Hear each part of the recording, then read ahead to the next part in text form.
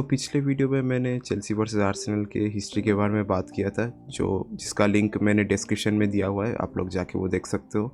But एक और club है जो कि नॉर्थ लंदन में बेस्ड है, वो चेल्सी को बहुत टाइम से फ्रस्ट्रेट करते हुए आ रही है and the same goes the other way around. Also कुछ सर्वेस के मुताबिक Chelsea fans actually view this club as their real rivals more than Arsenal. So the club I'm talking about is Tottenham Hotspurs, जो कि north London club है और Chelsea के और एक राइवल है। बहुत टाइम से ये दोनों को बहुत फ्रस्ट्रेट करते हुए आ रहे प्रीमियर लीग में as well as in other cup competitions.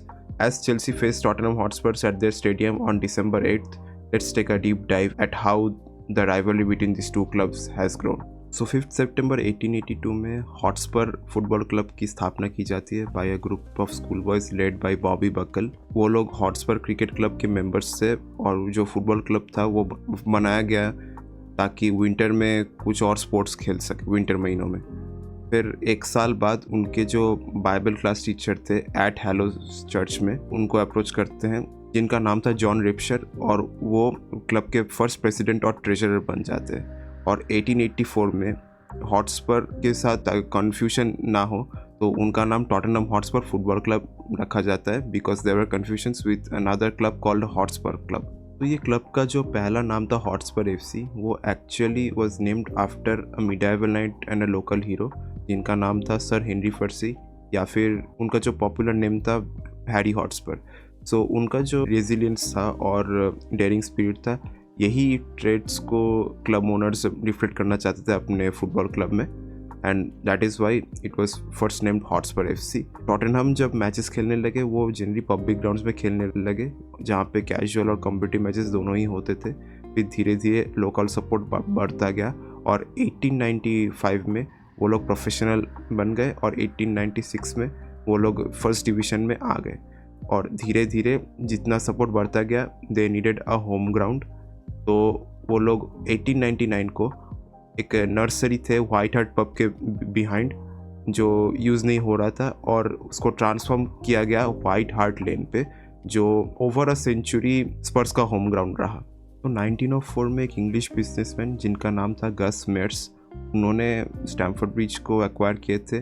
उनका मकसद था कि इसको एक फुटबॉल ग्राउंड बनाया जाए। उन्होंने फुलहम को ये लीज आउट करने की कोशिश किए थे क्योंकि Stamford Bridge was in the Fulham region, but Fulham ने साफ साफ मना कर दिया कि लोग नहीं लेंगे। तो उसकी वजह से उन्होंने सोचा कि क्यों ना वही एक क्लब बना दे, और क्योंकि फुलहम का नाम ऑलरेडी एग्जिस्टिंग था उस एरिया में, तो जो एडजेसेंट बोरो था जिसका नाम था चेल्सी, उसी नाम को चुना गया and subsequently Chelsea FC was chosen. पहले भी और कुछ नाम थे जैसे Kensington FC, Stamford Bridge FC या फिर London FC, but ultimately 10 March 1905 Rising Sun pub में चेल्सी की स्थापना की गई।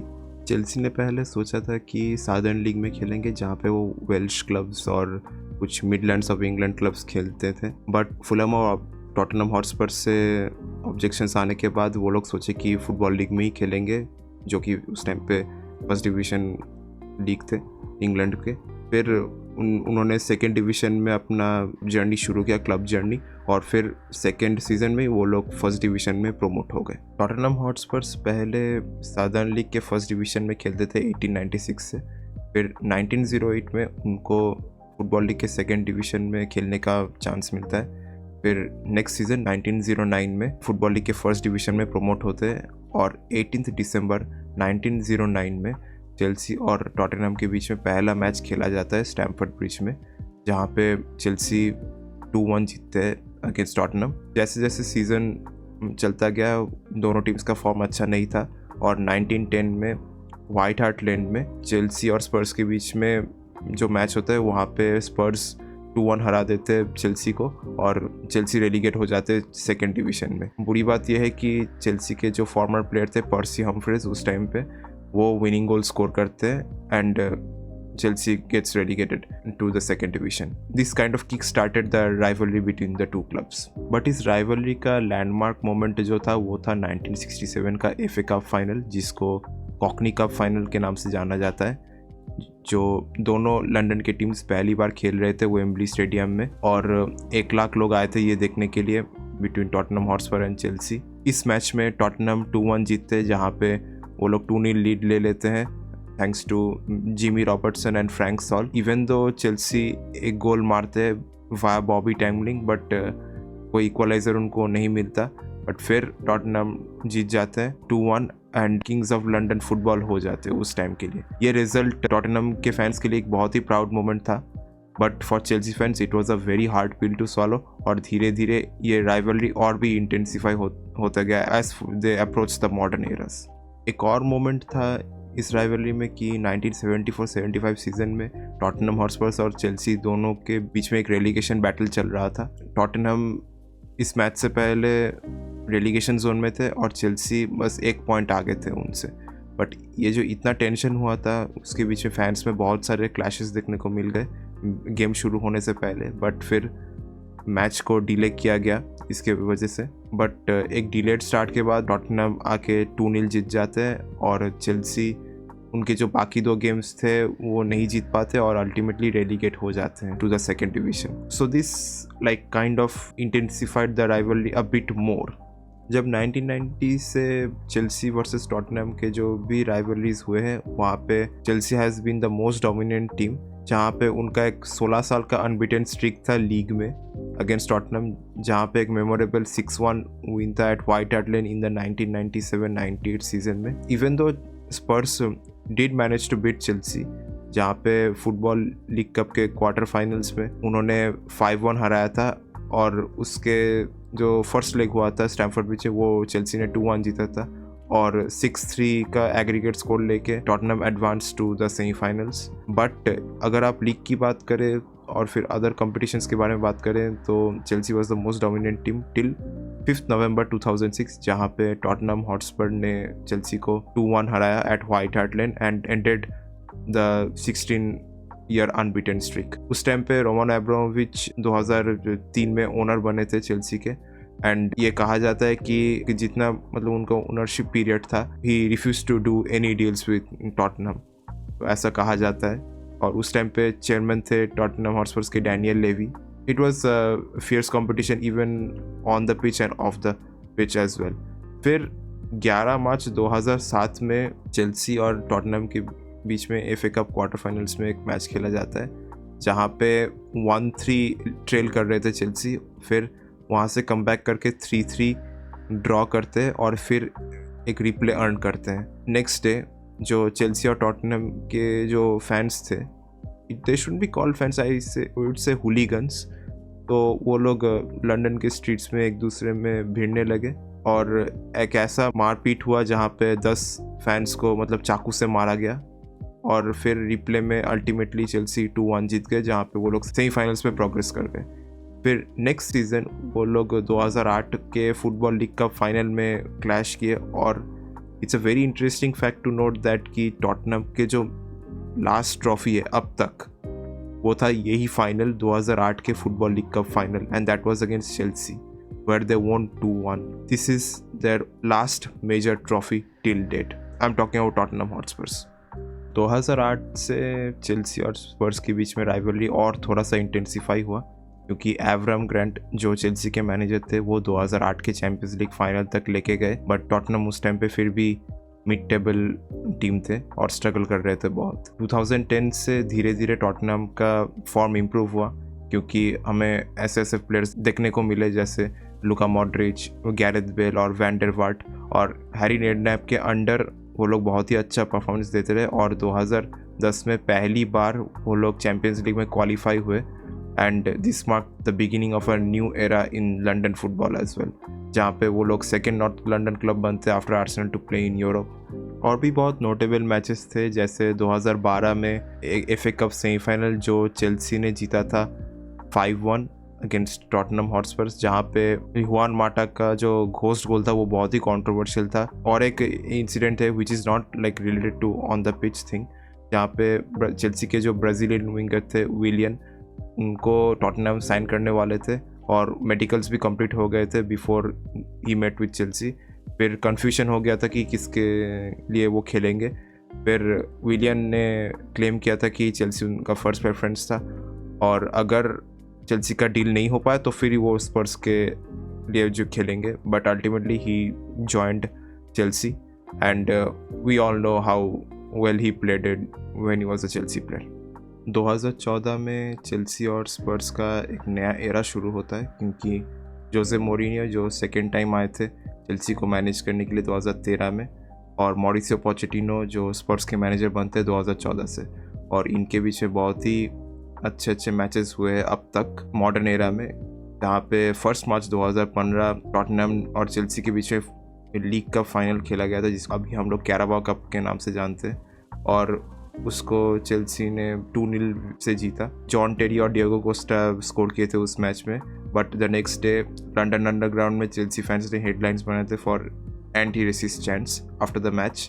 बट द नेक्स्ट सीजन एक ऐसा मैच हुआ जो इस राइवलरी को और भी इंटेंसिफाई कर दिया for the years to come. 2 मई 2016 स्टैमफोर्ड ब्रिज में एक ऐसा मैच खेला गया जिसने इस राइवलरी को एक और नया डायरेक्शन दे दिया। Under Mauricio Pochettino Tottenham Hotspurs needed a win ताकि उनके जो लीग टाइटल के होप्स हो वो जिंदा रहे, क्योंकि उस सीज़न में Leicester City was first in the table and Tottenham desperately needed this win, so they came to Stamford Bridge to beat Chelsea. Match शुरू होता है, टॉटनहम अच्छे से डोमिनेट करते हैं और हैरी केन पहला गोल स्कोर करते हैं, फिर ह्यूंग-मिन सोन ने पर्स का सेकेंड गोल स्कोर करते हैं, और हाफ टाइम पे 2-0 था in favour of Tottenham Hotspurs, और देख के लग रहा था कि आराम से जीत जाएंगे ये मैच। और वैसे भी चेल्सी का ये one of the worst seasons था इन 20 ईयर्स, क्योंकि वो लोग वैसे भी लीग टाइटल के नज़दीक भी नहीं थे या फिर टाइटल रेस पे भी नहीं थे, but they wouldn't let their rivals win, wouldn't they. फिर गैरी कैहिल ने एक कॉर्नर से एक गोल मारा, फिर उससे थोड़ा सा बिलीफ हुआ, और फिर 83rd मिनट में ईडन हैज़ार्ड का जो स्टनिंग कर्ल करके जो इक्वलाइजर गया, उससे 2-2 ड्रॉ हो गया और टॉटनहम का टाइटल होप्स वहीं पे ख़त्म हो गए। But that's not what this match is known for. वहाँ पे डिएगो कोस्टा और मूसा डेम्बेले के बीच में बहुत ही गंदा लेवल का झगड़ा हुआ, जिसके लिए 6 मैचेस का बैन पड़ा मूसा डेम्बेले को। फिर मार्क प्लैटनबर्ग जो उस टाइम के रेफरी थे, उन्होंने 12 येलो कार्ड्स दिखाए, जो एक प्रीमियर लीग रिकॉर्ड है, और बिकॉज ऑफ दैट रिजल्ट जब फाइनल व्हिसल बजा लेस्टर फैंस सेलिब्रेट करने लगे because they won the league because of that result. और यही एक मैच है जिसको हम लोग famously battle of the bridge कहते हैं। ये कोई नॉर्मल मैच नहीं था, इट वॉज अ यूथ, एक बहुत ही क्योटिक इमोशनल और ऐसा रहा वो मैच जहाँ पे चेल्सी इनडायरेक्टली विलन्स बन गए और टॉटनहम का जो सपना था वो एकदम चकनाचूर हो गया। बैटल ऑफ द ब्रिज में बहुत ही वायलेंट क्लैशेस देखने को मिलते हैं, बट नेक्स्ट सीज़न एक अच्छा टाइटल रेस देखने को मिलते हैं इन दोनों टीम्स में 2016-17 सीज़न में, जहाँ पे एंटोनियो कॉन्टे चेल्सी के नए मैनेजर बनते हैं, और ऑफ कोर्स उस टाइम पे भी Mauricio Pochettino was the manager of Spurs. और 4 जनवरी 2017 में चेल्सी को 2-0 हराते हैं व्हाइट हार्ट लेन में स्पर्स। 13 गेम्स का जो विनिंग स्ट्रिक था प्रीमियर लीग में वो चेल्सी का ख़त्म हो जाता है, और Tottenham comes 5 points close to Chelsea, जहाँ पे चेल्सी वर लीग लीडर्स उस पॉइंट ऑफ टाइम पे।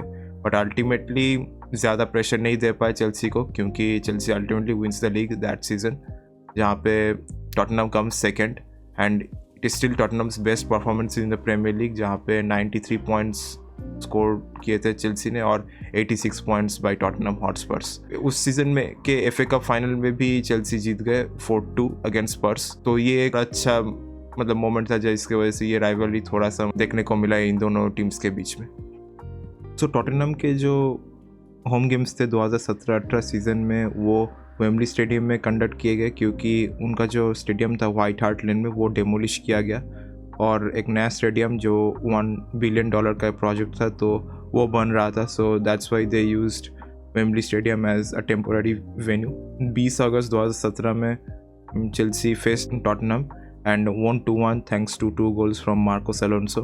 और इस मैच को हार के जो टॉटनहम का जो प्रीमियर लीग का जो अनबीटन स्ट्रिक था, 19 गेम्स का एक अनबीटन स्ट्रिक था, तो वो ख़त्म हो गया। बट सरप्राइजिंगली रिटर्न फिक्सचर में टॉटनहम ने एक और रिकॉर्ड तोड़ा, जो कि था कि स्टैमफोर्ड ब्रिज में एक 28 साल का एक वेट उनका ख़त्म हुआ, जहाँ पे डेले एली का 2 गोल्स और क्रिश्चियन एरिक्सन का एक 30 यार्ड्स का स्ट्राइक टॉटनहम को एक 3-1 विन देती है चेल्सी के अगेंस्ट स्टैमफोर्ड ब्रिज में।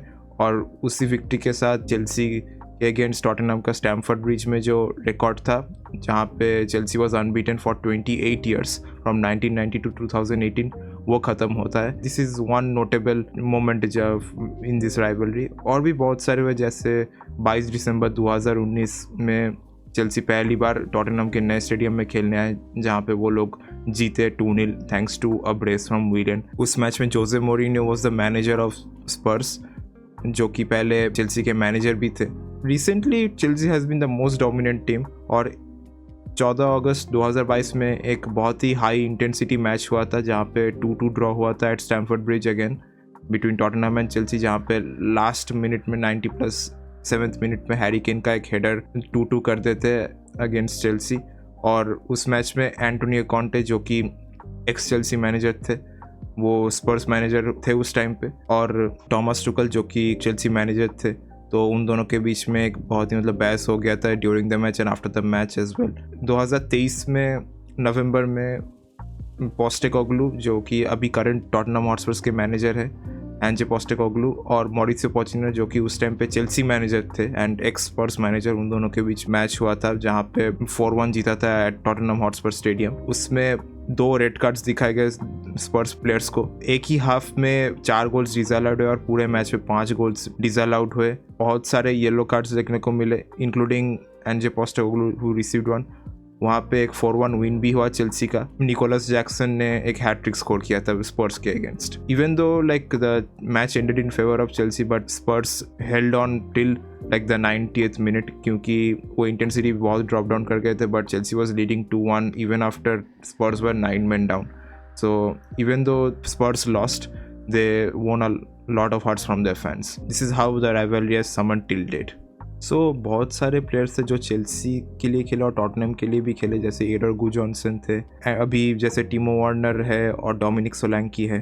अदरवाइज जोसे मोरिन्यो और एंटोनियो कॉन्टे चेल्सी के मैनेजर्स भी थे, और फिर टॉटनहम गए टॉटनहम को मैनेज करने, और फ्रॉम टॉटनहम मॉरिसियो पोचेटिनो आए और 2023-24 सीजन में चेल्सी के मैनेजर थे। तो these are some players and managers who have coached और प्लेड फॉर बोथ टीम्स। अगर आप मुझे पूछे कि ओवरऑल इस राइवलरी का मेरा क्या ओपिनियन है, सो आई फील दैट कि as we face Spurs on December 8th, as a Chelsea fan I feel this rivalry will be very competitive. Chaos देखने को मिलेगा, क्योंकि Chelsea versus Spurs means a lot of chaos, and since it's a London derby, so there is a phrase called adding fuel to the fire. तो बहुत सारे ऐसे matches हुए हैं, तो ऑफ कोर्स एक हाई इंटेंसिटी क्लैश आप expect कर ही सकते हैं, but in the and it's more than just a game again. For Spurs versus Chelsea, this is an underrated rivalry in my opinion, even though Chelsea might be the dominant side, जहाँ पे उनके पास 79 wins है और 55 losses है against Spurs, but I feel that stats can lie sometimes, क्योंकि इन दोनों के बीच में जो actual matches हुए they reflect a truly different story sometimes, and that's what I feel, that the unpredictability between these two teams is what makes this rivalry so beautiful and so great to watch. So that's all about it for this video. Hopefully I have covered most of Chelsea versus Spurs का history. If you do like this video, do let me know कि आपका कौन सा अच्छा moment था, and definitely let me know कि 8 December के matches में आप क्या एक्सपेक्ट कर रहे हो between Maresca and Postecoglou. Do let me know in the comments. I'll definitely do a watch along of Chelsea versus Spurs. And if you're a Chelsea fan, keep the blue flag flying high. Up the Chelsea.